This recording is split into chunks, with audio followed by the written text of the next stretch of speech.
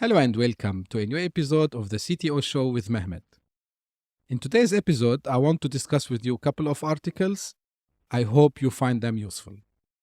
The first article discusses cybersecurity budgets that are not matching cybersecurity challenges. The article from Tech Republic go into details and discuss what are the major challenges cybersecurity leaders like CISOs are facing when it comes to getting their projects funded. The first is the new cyber attacks are ever evolving. Every day we have a new kind of cyber attacks. And to defend these cyber attacks, we need to implement new technologies. So we have this ever dynamic workspace that we always need to fill the gaps with the new technologies. And justifying this to the management sometimes can be a challenge. The second is regarding the third-party providers that are widening more and more the threat surface. Now, when you are using any solution and this solution relies on another solution, so you have a supply chain inside the equation, this becomes more and more critical. And don't think about third-party from software perspective. So third-party can be the contractors you work with, can be any subcontractors of your contractors that you work with. And this opens doors for a lot of flows that can happen inside the supply chain cybersecurity. It's very critical, very important. So this also put a lot of pressure to close these gaps for asking for new budgets to make sure that all the supply chain, whether it's software or human, it's secured 100%. And what the article mentioning is that leaders are worrying more about the increase of these sophisticated attacks because the top concern for them is that how sure I am that I can first avoid this attack, second, stop this attack, and the last point is recover from this attack. So these are the three main top of minds for cybersecurity leaders. And if you look at the answers, it's not very brilliant. Like it's a massive number when I think about how confident these respondents were. They were asked about these three important topics. And the article goes further and discuss about resiliency that should be included when the CISO talk to the C-suite. Now, CISOs, usually they must be meeting with the C-suite more often as per the World Economic Forum survey, which is based on the study that also Tech Republic mentioned inside here. And they talk about only 50% of C-suite meet with their CISOs. And this is my message to anyone who is a CEO, CFO, COO. You need to talk more to your CISO or to your cybersecurity leaders, because these people in your organization have to fight different angles, they have to fight different attackers, they have to keep your main source of business today, if really you think about it, your data safeguarded. So the advice here, which I agree with it, that they need to talk more and more with their cybersecurity leaders. I will share the link to the article as usual. Jumping to another article, I found a study mentioning what are the consequences of not including IoT in a digitization strategy for 2023? IoT, or Internet of Things, it's like bunch of sensors and bunch of microservices that you can deploy at the edges that can collect data for you, and then you either take decision on the spot or maybe you send it to a data center, to a central location to do some more analysis. Now, the importance of deploying IoT, it can help you, as per the article, avoiding failure to implement a strategy that can help you increasing the chances of leapfrogging the competition. Because when you start to collect this data, so you have better vision, you can take better decisions. And not implementing IoT, that means also that maybe you are reducing the efficiency. Maybe you have put a lot of technology, but using these sensors and IoT devices, if you are not collecting data real time, you are losing a lot of important sources. And this link to the third point mentioned by the article, when you have limited data, that means you have limited insights, you have limited capability for analysis, and limited capabilities also to, again, take a leap in your business.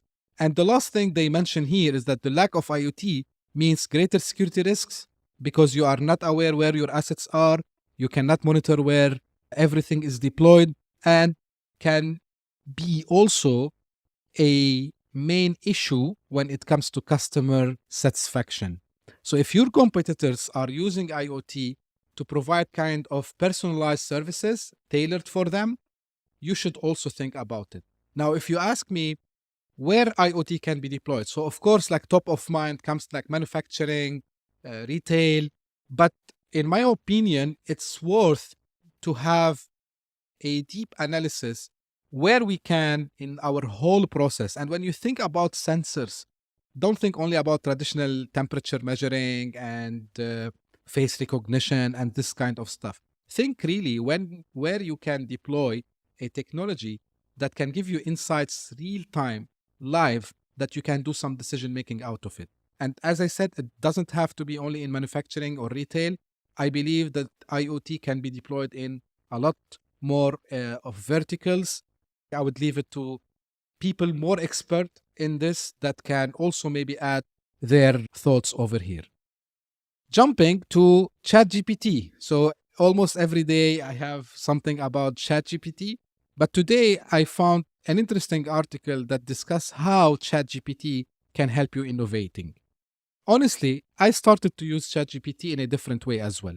If you see all the major posts and the viral posts on social media like LinkedIn or Twitter, you find people talking about just fun things sometimes, asking to write an essay or asking some questions to be solved.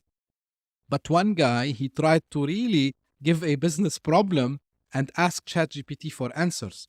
So in this article inside inc.com, so the author, he asked ChatGPT about like how I can enhance the luggage delivery in the airport. Give me some ideas. And then he tried later on to do another iteration. So he asked more questions, and then ChatGPT came with other ideas.